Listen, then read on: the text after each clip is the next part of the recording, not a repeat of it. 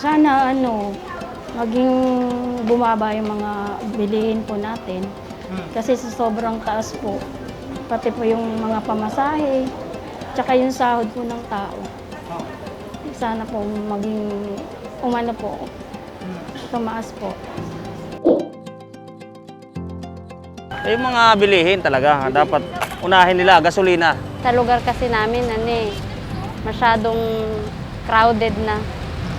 Pati sira-sira yung kalsada. Kailangan dyan ang namumuno sa maging tapat.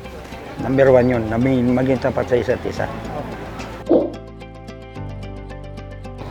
Tutukan nila yung pataas sahod sa mga nagtatrabaho sa government o sa mga lokal. Ganun dapat na tutukan. Siguro po bahay-bahay nila yung mga bawat bahay na para makita nila kung saan yung kahirapan ng mga tao. Para at least kahit paano yung mga buhay ng tao.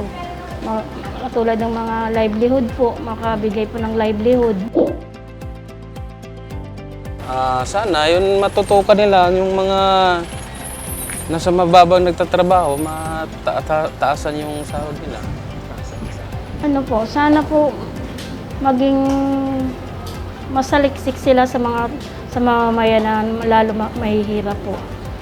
Dapat po nila talaga na mabigyan po nila ng pansin po.